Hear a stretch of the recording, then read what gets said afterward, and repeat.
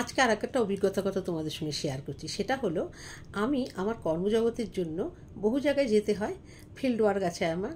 সেই কারণে আমি বহু বছর ধরে এগুলো আমার কাজের অঙ্গ। আমাদের ফটো তুলতে হয়, ভিডিও তুলতে হয়, এগুলো অফিসিয়ালভাবে পোস্ট করতে হয়। এবার অফিসিয়াল পোস্টও যেমন করতাম আমি কিছু কিছু এফবিতে, বহু বছর আগে এফবিতে করতাম না, এফবিতে তো করছি 3-4 বছর হয়ে।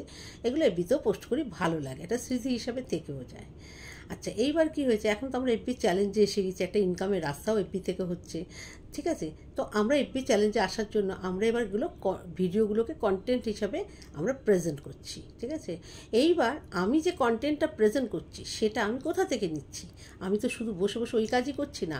আমার অফিসিয়াল জবের জন্য আমাকে প্রচুর জায়গায় যাওয়ার জন্য এই যাতায়াত, ঘোরাফেরা, বন্ধু বান্ধব যেখানে যা কিছু যাই, আমাদের চোখ দেখিয়ে দেয় এটা একটা কন্টেন্ট হতে পারে। তখন কিন্তু সেই জায়গাটা আমরা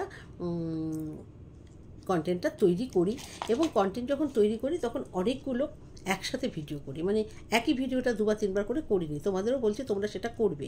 এর মধ্যে থেকে যেটা বেস্ট সেটা রাখি, তুমি রেখে বাকিগুলো ডিলিট করে দিই। এই কাজটাতে আমি বহু বছর ধরে অভ্যস্ত, যেন আমার কাছে এটা কোনো ব্যাপার না।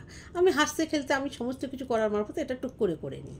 কিন্তু যখন দেখছি আমি মোবাইল বার করে কোনো ভিডিও করছি, কোনো ফটো তুলছি, বা আমি আমার সেলফি নিচ্ছি, তখন দেখলাম আশেপাশে যারা আছে, বন্ধুবান্ধব, জানাশোনা, দাদা বৌদি, ভাই বোন, যেই থাকুক না কেন, প্রত্যেকে একটা ইরিটেশন দেখায়।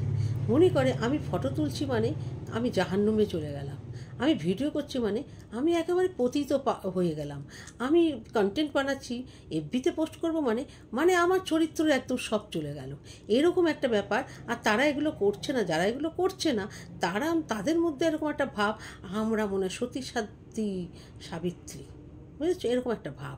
হ্যাঁ, তো আমাকে কন্টিনিউয়াস বলতে থাকে। আমি যখনই কোনো কাজ করি, আমার অফিসের কাজও কিন্তু করছি, তার মধ্যে কন্টেন্টের কাজও কিছু কিছু করতে থাকি। তো আমাকে বলতে থাকবে যে এই ফোনটা রাখো তো, এই ফোনটা রাখো তো, এই ফোনটা রাখো তো, এই ফোনটা রাখো তো, এই ফোনটা রাখো তো। আরে বাবা, কি যে বিরক্ত হই তোমাদের কি বলবো। আমার ফোন, আমার চোখ, আমার মাথা, আমার কান, আমার মুখ, আমার ইচ্ছা। আর ওরা কী করবে, আমার উপর প্রাধান্য দেখাচ্ছে। ফোনটা রাখো তো, ফোনটা রাখো তো, ফোনটা রাখো তো। কারো বাড়িতে যাচ্ছে, সে হয়তো বসে বসে টিভি দেখছে, আমি টিভি দেখি না। যত জঘন্য কাজ একটা করবে, আর আমি এতটা ভালো কাজ করি। এই যে শুরু হয়ে গেল ফোন নিয়ে, মানে ব্যাপারটা এরকম, ফোন নিয়ে মানে আমি শুরু হয়ে গেল, মানে আমি এখন মানে খামচাখুমচি কিছু একটা করে দেবো, বুঝেছি, এরকম একটা ব্যাপার স্যাপার। এই যে শুরু হয়ে গেল ফোন নিয়ে। আরে আমার ফোন নিয়ে আমি কি শুরু করি না করি, তোমাদের কি প্রবলেম? তোমরা তো এর থেকে বেশি অনেক কিছু শুরু করো, পরনিন্দা পরচর্চা করে যাচ্ছে, আমার সামনে বসে বসেই করে যাচ্ছে, বসে বসে হাবি জাবি ফালতু সিরিয়ালগুলো দেখছে, মাথাটা খারাপ করছে, ঘরে ঝগড়া করছে। এদেরকে কি করি বলো তো?